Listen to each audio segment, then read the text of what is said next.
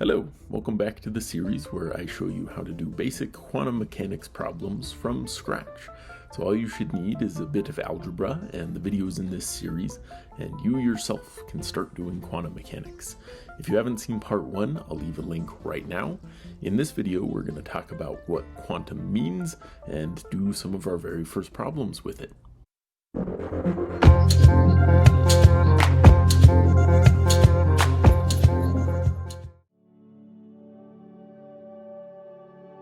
To start off, I'd like to talk about some of the different realms of physics that we can find ourselves in.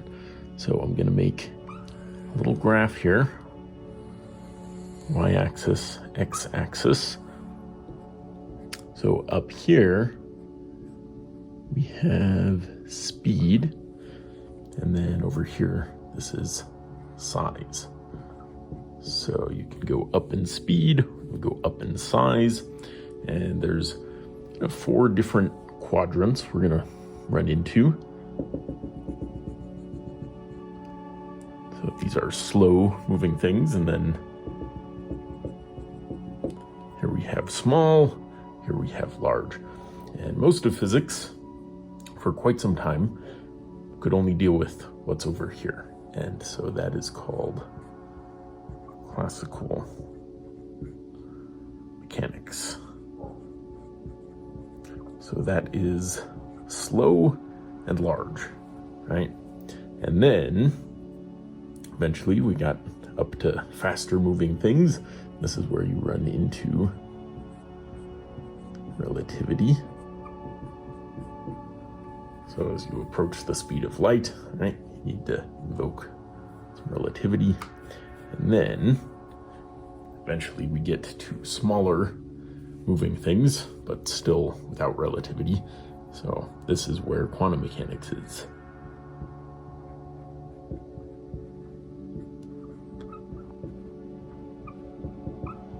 And then, this is kind of a tricky part, but that currently, to deal with relativity and quantum mechanics, they use quantum field theory.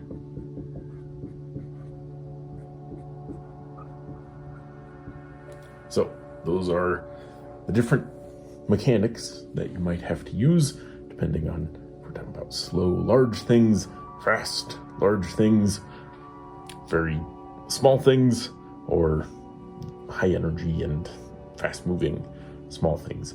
And there's still, things as you go further smaller and smaller that we do run into problems and parts of physics that are still being worked on. But we are mostly interested in quantum mechanics right here. In the last video, we did some classical mechanics, but our goal is to get over here in this video. So I'll talk briefly about what we mean when we say quantum. So quantum, plural, we have quanta, and what that means is a discrete packet of something as opposed to something just continuous.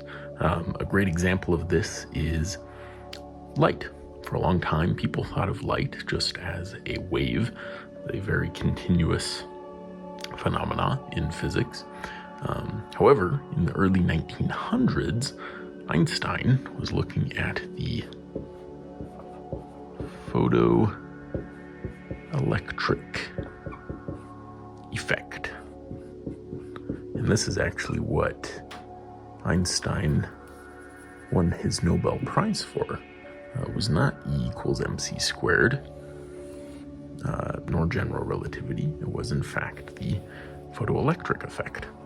And what they were looking at was the way that different materials can actually eject electrons when you shine light on them. So we shine light on, let's say this is silver, just some metal, and we can eject electrons. I am simplifying this, but we're essentially shining light onto it, and if that light has enough energy, to overcome the binding energy of the electrons in the material, they can get ejected even with some kinetic energy depending on the frequency of the light. And so that actually is the work function of the material. So the higher the work function, the more energy we need in our photons. But what they realized, what Einstein noticed, was the fact that you can use a really bright light. If you wanted to get more electrons out of your material, you'd think, well, use a brighter and brighter light, more intense light source. But that didn't change anything. That wouldn't increase the electrons ejected, nor the kinetic energy of those electrons. It did nothing. So you could use just an ultra bright light, but if the actual energy of the photons in that light wasn't enough to break the work function, the binding energy of the electrons, you don't get anything. What you have to change is the actual energy of individual photons, and that's when that idea of an actual particle of light came into play. So if you do actually want more electrons or more kinetic energy in your electrons in being ejected, you have to change the frequency, either increase the frequency of your light, or you can decrease the wavelength. And this is where we'll get to our first proper equation in quantum. For our first proper equation, we're going to look at photon energy as found in the photoelectric effect. And our equation is E for energy is equal to H, which is Planck's constant. That's just a number. I'll talk about that in a second. Times F, which is frequency. Frequency of our light, our photon. And there's a nice relationship between frequency and wavelength, where the frequency multiplied by wavelength, lambda, will always be the speed of light for a photon, for light. And so we can solve for F there, divide lambda over, and then plug that in here and have another way to write the photon energy, and that will be hc over lambda. And so that is our first fun quantum equation right there. Now, I did mention I'd talk about Planck's constant, h, and so there's a few ways we can write that.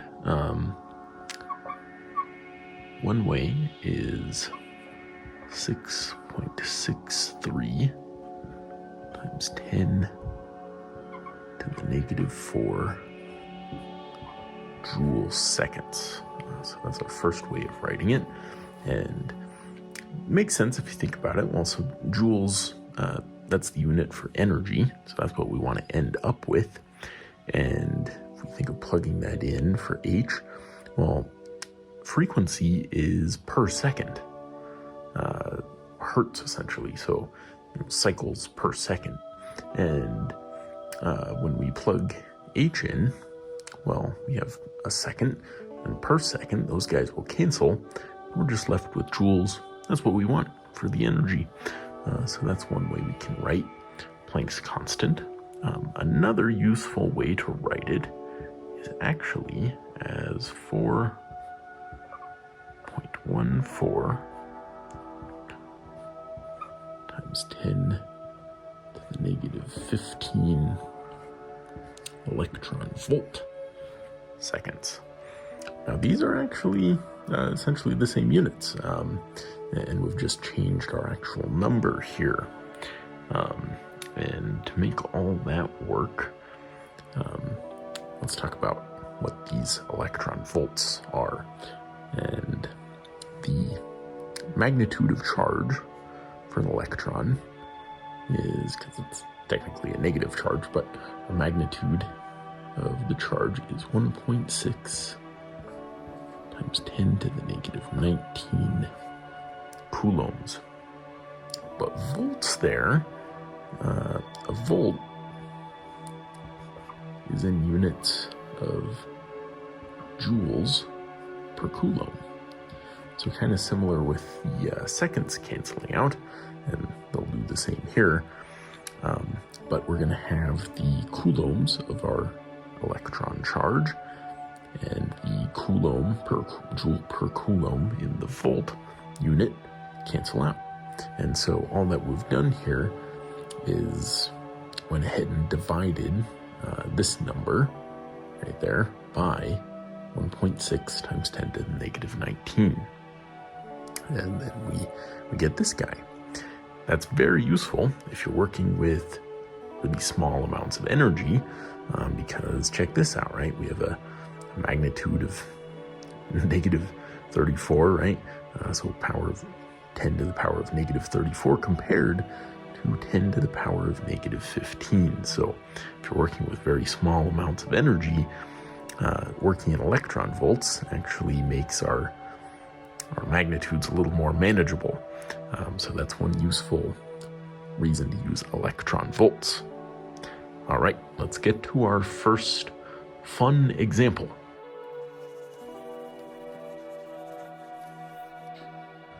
For our example, let's have a look at this little broken cat laser. Now, it doesn't really work super well anymore. You can kind of see it there. But I'm curious, a laser like this, how many photons does it emit roughly every single second that we have it on? Give us some idea how many particles of light it's actually releasing.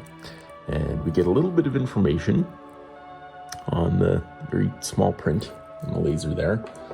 It gives us the wavelength, approximately 650 nanometers. We can rewrite as 650 times 10 to the negative 9 meters. It also gives us the maximum power output, about 5 milliwatts. We can rewrite that as well as 5 times 10 to the negative 3 watts. And, you know, we haven't really talked about watts and power yet, but there's an equation for power we'll use. Power is equal to energy over time. And so a watt is a joule per second. Joules for energy, seconds for time, the power of joules per second.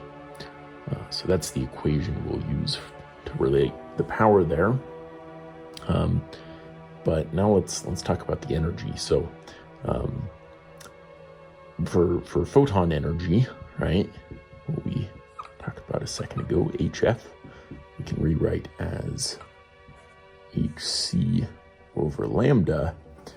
But now we're not just talking about, one photon, we're talking about several.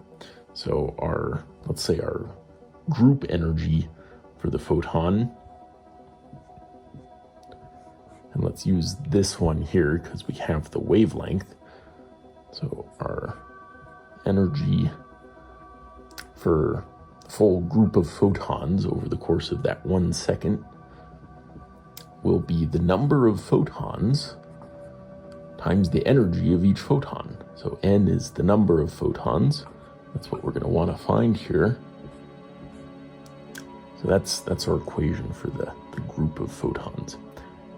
Now we have everything we need. So we're looking for n, and we can go ahead and plug that in over there. And t is just 1 second, so that makes this a little bit easier. So we'll have power is equal to NHC over T times lambda. And we're trying to solve for n. So our equation for n, we're going to multiply those guys over. So we get P T lambda divided by, then we're going to bring that HC over, there we go. Now we can go ahead and plug in our numbers. So for n, we're going to have 5 times 10, -3, 1 second, 650 times 10 to the -9 meters. Then down here, let's go ahead and use the Planck constant with joules, because again, our power, 5 watts, or 5 milliwatts, is joules per second. So we want the 6.63 times 10 to the -34 joule seconds, and then speed of light, we're going to use 3 times 10 to the 8 meters per second. So I'll go ahead and plug all those into my calculator.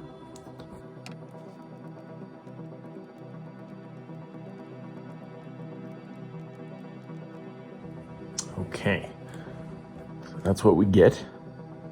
And to adjust for significant figures, that is going to be about 2 times 10 to the 16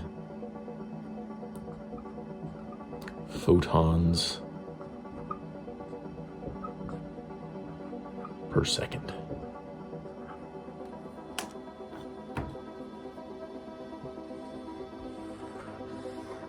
There's our answer. If you're curious how to actually say that number, that's about 20 quadrillion photons every single second that would be released by a laser like this. And that makes sense, you know. I mean, we don't really think about photons of light from, you know, like a light bulb or something. And, you know, this is a pretty small laser, 5 milliwatts, right? And if you actually look up roughly the number of photons released by like a 40-watt light bulb, I believe it's 3 or 4 magnitudes higher than that. So that makes sense. We get a ginormous number for that right there. But yeah, that's just kind of a fun little example problem, you know, with a cat laser. If you have any light around your house or, you know, something like that, that you can figure out the wavelength and power, you can do this same process. Figure out roughly how many photons are released, or yeah, experiment with it a bit. Now, before we end the video, I'd like to leave you with 2 challenge problems to try and figure out before you watch the next video.